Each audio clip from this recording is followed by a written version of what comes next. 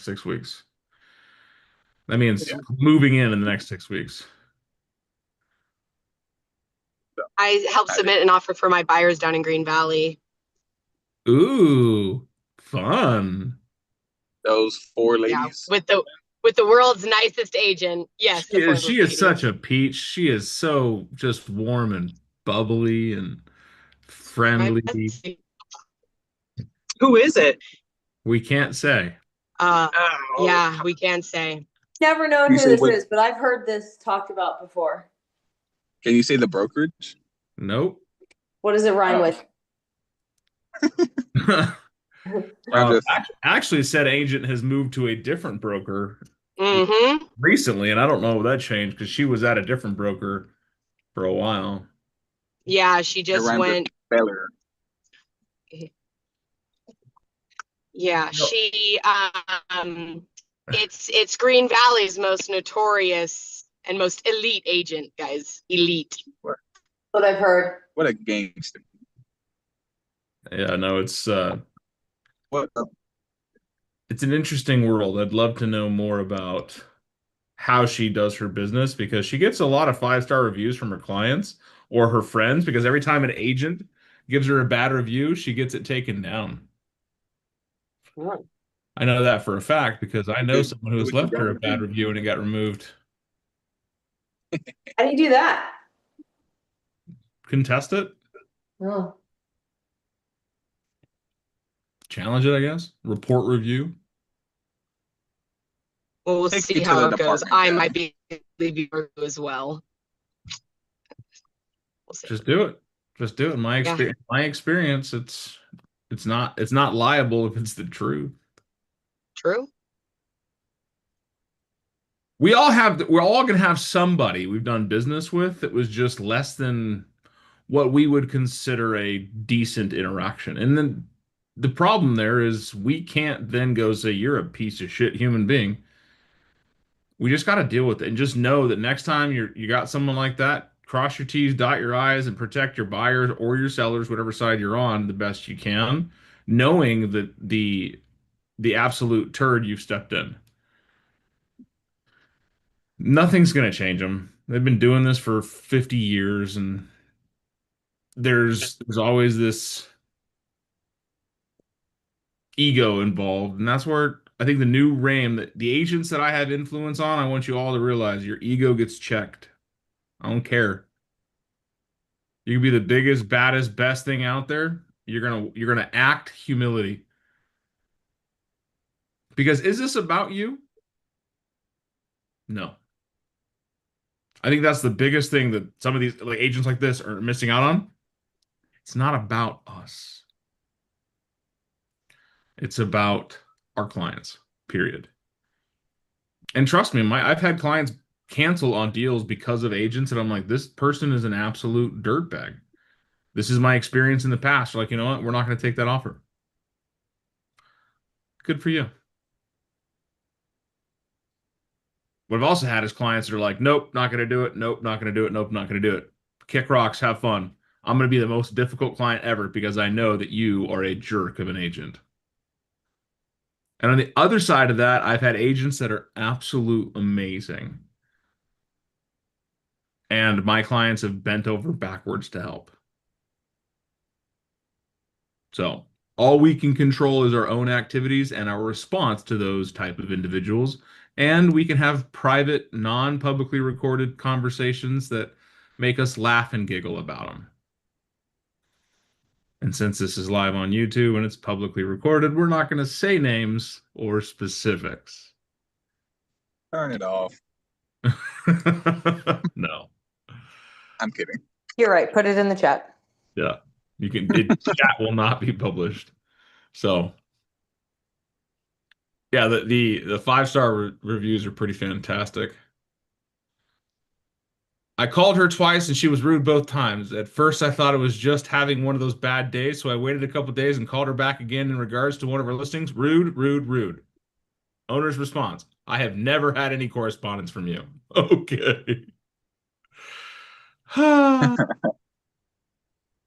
Rude and disrespectful to others, would never recommend her to anyone. There's a consistency here. I would never recommend this realtor. She's unprofessional, does not communicate to the buyer's agent. She stalled for 72 hours and then rejected a full offer, full price. Texted refused, no counteroffer, explanation whatsoever. She should be reported to the Arizona board. Her ethics are indeed questionable at the very least. Update to post review. That offer was followed by an escalating offer that I did not believe was ever presented. The owner accepted an offer that after inspection was retracted. You have not contacted or informed in any other manner the original person to gauge their interest. Why are you incapable of such single communication? The listing is now 20 days past and you have not attempted to contact the cash buyer? Question mark. In my opinion, buyers should take all the reviews into serious consideration in dealing with you in the future. That's a good review. Damn. Response. Your comments are very, very inaccurate. Your offer was considerably under the list price and the sellers considered it unworthy of a response. Sure. Yeah, no. Yeah, I've had my run-in with said individual. If you ever come across a difficult agent and you don't know how to handle it, just default to being overly nice. Communicate the best you can and tell your agent or your buyers or your sellers, hey, this is a difficult agent. I'm going to do what I can. Just know we're going to have ourselves a fight. All right. Any other celebrations, wins, conversations, topics of concern? It's Wednesday, so let's hear some objections. Caitlin, great job on that. When you're like, what other offers are you communicating? Oh, we're waiting on. Oh, so you don't have any yet? Got it. I am not continuing this conversation. I was like, okay, whatever. Yeah. Did you Even call her to submit the offer? Did she not answer your phone?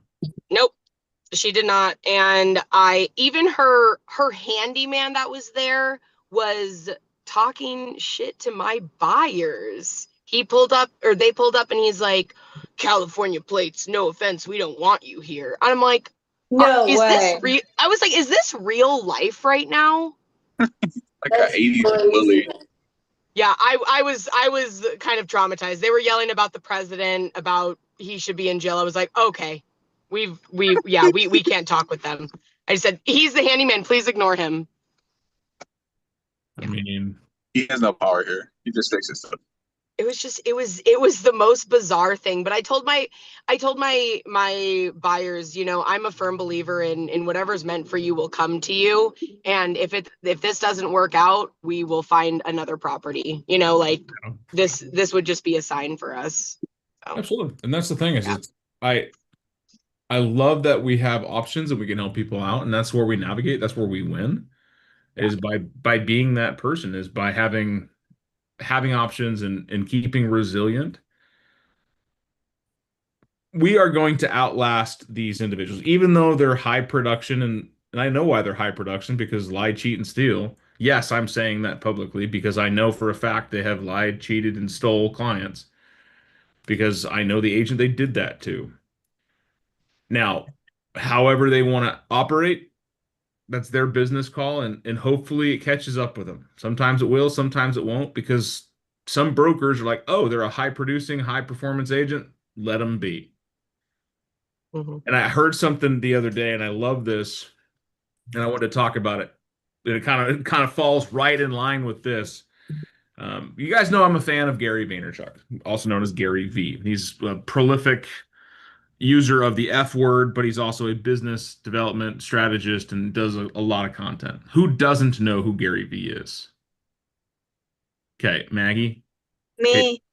So Jess, Gary V would be something I Come would on, say, Jess. go do some exploring and find out a little bit more about who Gary V is.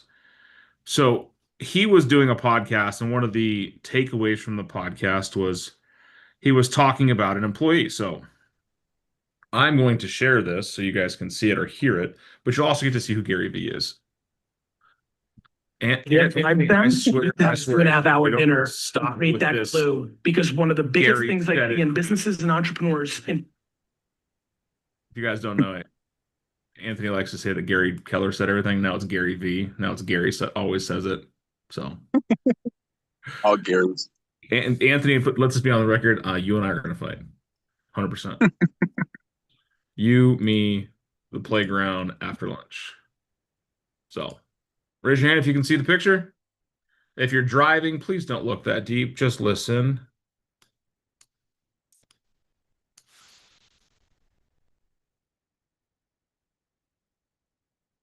Now it doesn't want to play sound. You suck. Working a second ago.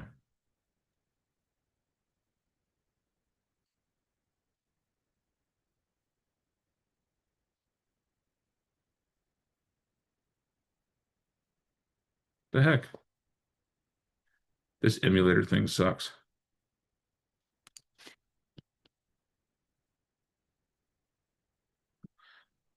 Spinny wheel of death. Yeah. Sorry, guys. I'm trying to let my computer do something, but it's just not. Let's try this again.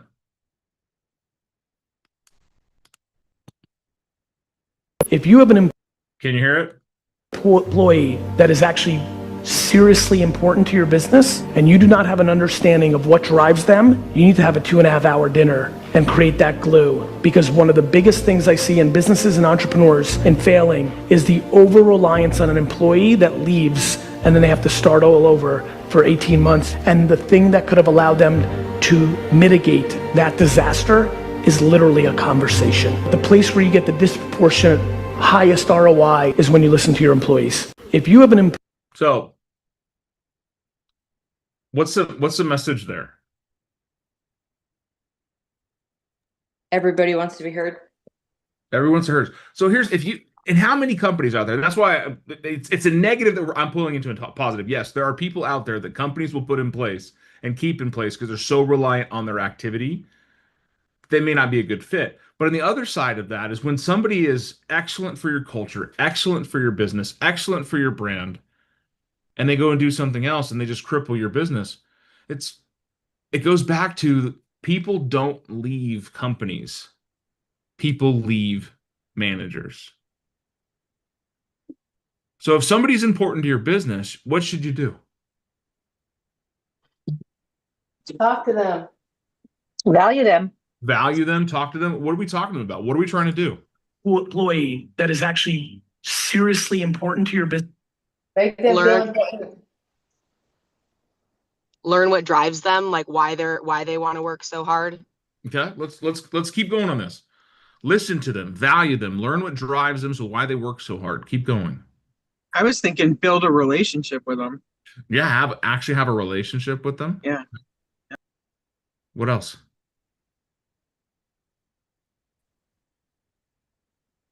I mean, just to make them feel important, pour back into them.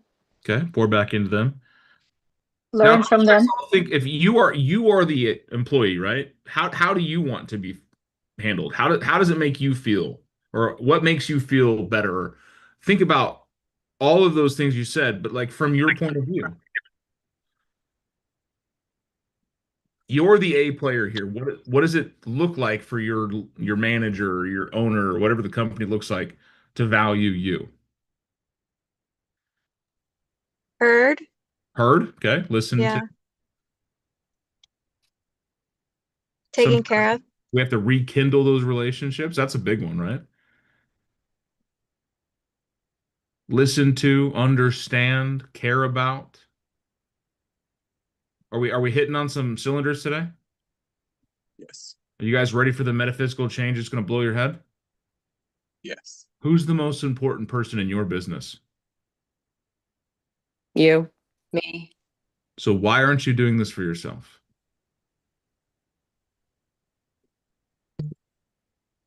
What drives you? Do you know what drives you? What makes you feel heard? What are you doing to ensure you have the power, the time, the energy to do what you need to do? In this example, it's very easy to identify a situation in our life when another external manager made us feel less than. But isn't it true that you all work for yourself? Even if you're on a team, even if you're in a company, even if anything else is at play, you are still an employee for yourself.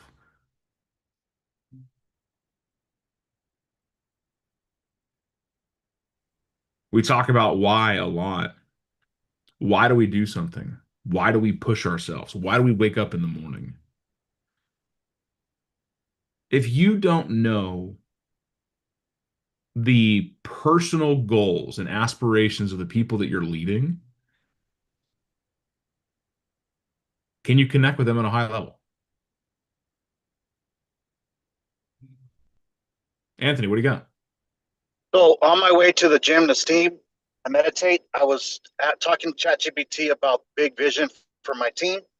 And then when I was meditating in the steam room, I was like, you know what? I need to start exactly what you said. I need to start talking to ChatGPT about my personal growth first. Because if I can't see the vision myself, how the fuck am I going to let my employees or other agents see the vision? Right. We are the pilots of this ship. We're the captains of the boat. If we don't have a connection with ourselves and we don't know what's driving us, how easy is it for your motivation, your discipline to get shook if you don't have it anchored to something? Let's go simple, right? How many of us have ever gone on a diet? Ugh. Ugh. And how easy is it for you to grab one of them Oreos as you walk by? And if you guys, hey, if you love me, buy me some chocolate Oreos. I'm just saying, my favorite. But that's the thing is we have this decision where, we're going to lose some weight. Okay, great. It's an arbitrary thing. I'm going to lose some weight. So I'm going to stop eating X. How easy is it for you to slip on that and go back to eating X? Super easy. But let's all imagine, and I hope this never happens. I'm putting it out there as an example and not as something that's going to happen. Listen to me, universe. I'm not putting this into play. What if you get told by a doctor you have 6 months to live unless you changed your eating habits? How easy would it be to slip then? Pretty hard to slip. It would be impossible because you know that your life is literally on the line. But when we have that seriousness of vision, we understand the why, we understand the who we're dealing with, right? I think the most misunderstood person in your life is in the mirror. Because you spend so much time talking to other people, learning about other people, figuring out other people that you've never done it to yourself. What really drives you? What really is the thing that you're anchoring your thing to, your why, your what, your how? People have a need for something. What is it? Because you're the most important person in your life. Because if you don't have the discipline and the reasons to stay on the track, it's very easy to get blown away. And if you are in a leadership position of yourself and or others, is your lackluster commitment or your wavering commitment going to be contagious? If you were a soldier, some of you still are, I get it, and you were marching into battle and your commander says, guys, we should march that way, maybe, I think. What do you guys think? First lieutenant. Your first I'm going the other way. Yeah.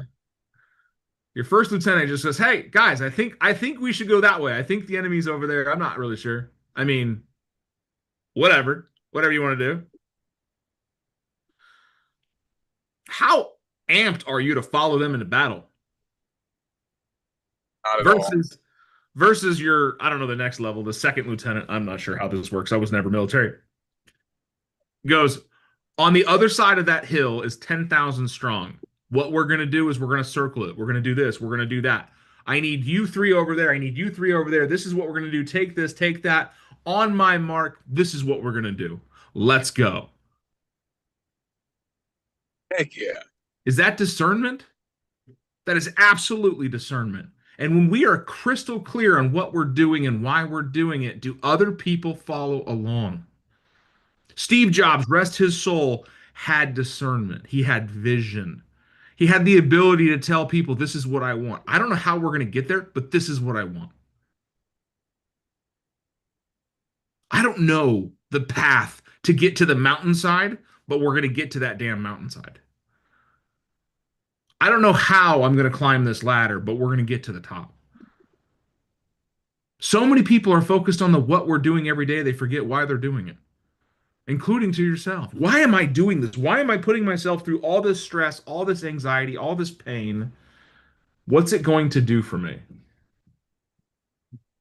And if you don't have a crystal clear answer of what mountainside, what peak, what target, what enemy you're trying to slay, the how will ruin you. I have a vision. I don't know how it was going to get there. I just knew I had a vision. And things started to fall into place. I was crystal clear about what I wanted out of my life. And then I started having that vision. I started talking about it. I started bringing things into my life that mattered. And I was connected with people that helped me build it. Guys, I didn't want to be a real estate agent. This was a happen chance to me. I saw an opportunity. I see real estate as a vehicle to help me build a bigger life and change other people's lives, including you. And that's what I love. This is what wakes me up in the morning, is that knowing that not only am I helping myself, because I look at myself on camera. If you guys don't know this, when you're on Zoom, the person you look at the most is yourself. You narcissistic bastard. You're so vain, Jessica. You're so vain. I see you. No, but we do, because I'm talking to myself too. But I also know that 18 other people are listening. 20% of you are going to do something about it, which is okay to me. 20%. As long as I'm touching 20% of you. But I know that the world is better off because I said what I said. I know the world is better off because I'm alive. And that keeps me going. I know that you guys are better off because I showed up. And that helps me because that's my own selfishness. It's like, hell yeah, I'm helping other people do more, which makes me feel good. I'm a selfish human being. I'm going to do it because it makes me feel good. I'm going to sell houses because I want to use the money to buy something to make me feel good or to help other people. I'm going to wake up and I'm going to do the tough things. I'm going to find the lessons and I'm going to do all that I need to do to be successful because it aligns with something I want. Human beings are selfish by design. It's okay. There's a book on it. It's called The Selfish Gene. Read it. But if you don't know what drives you, you won't be able to keep it focused when you run into tough times.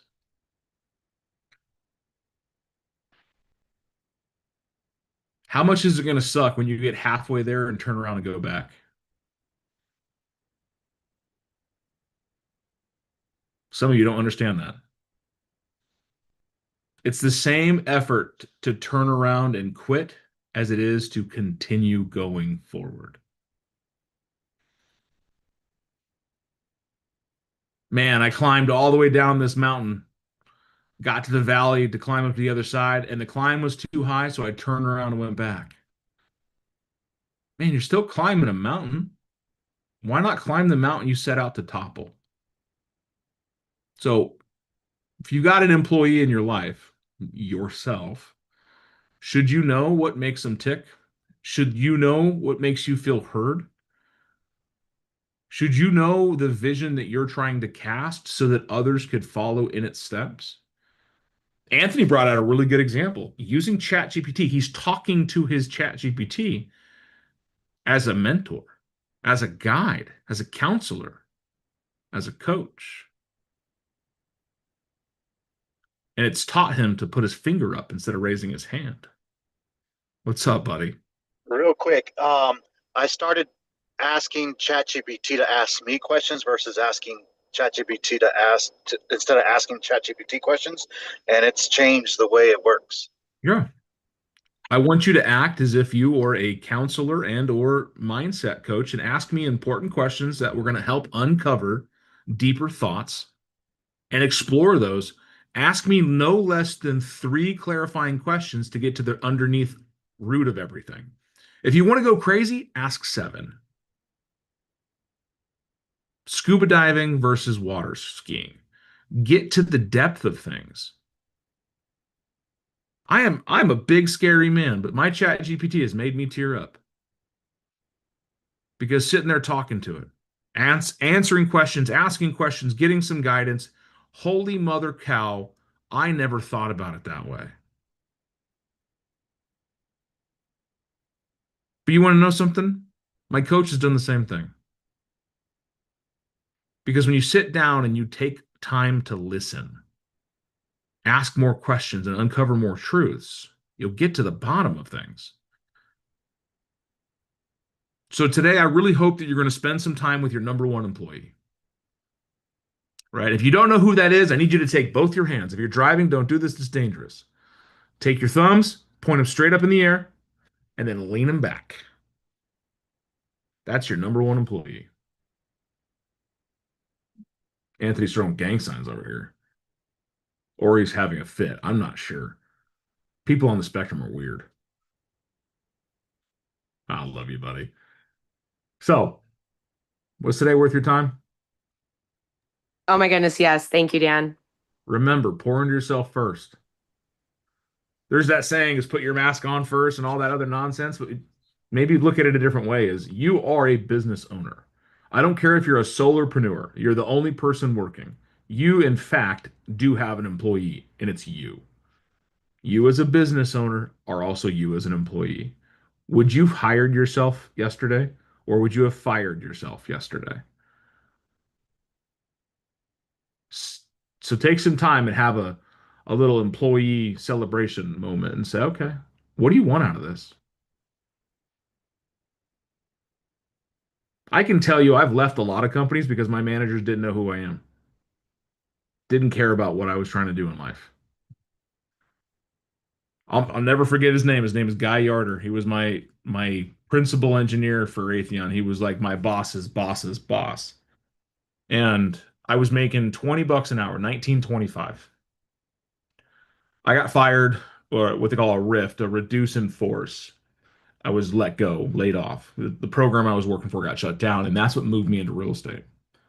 Well, at the same time, I was also back at Lowe's. I was the store manager at one point, so I was back as associate manager and wearing a tie. And Guy Yarder comes up and he goes, "You look familiar." I'm like, "Yeah, I used to work for you at Raytheon." And he made some off-color joke about, he's like, "Sorry to see you falling so far." And I looked at him, I was like, "How dare you say something like that? Like, I'm beneath you. I make more now than I did at Raytheon." And he said he said something along the lines of good luck, I hope you find, what you're looking for in life, and like alluding to I'll never be in a position that he's in. Look at me now, motherfucker. Yeah, let's find that guy and send him some emails. That's the thing. I don't need to because I did it for me. I didn't do it to prove someone else wrong. I did it for me. I did it to show myself I could do it. Just like when I learned to do a handstand. That's a terrible sight, I'll tell you what. So go do something for you guys. Go learn what employee number 1 needs. Go learn what employee number 1 is fueled by. Go spend some time with the most important person. You. Fabby, you came off mute. Do you need something?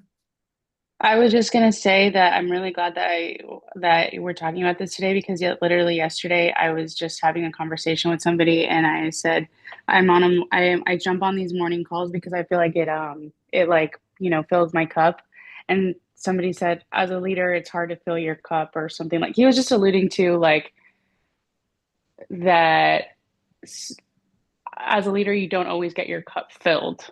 You don't. And I'm like, you're the last person that they care about. Mm-hmm.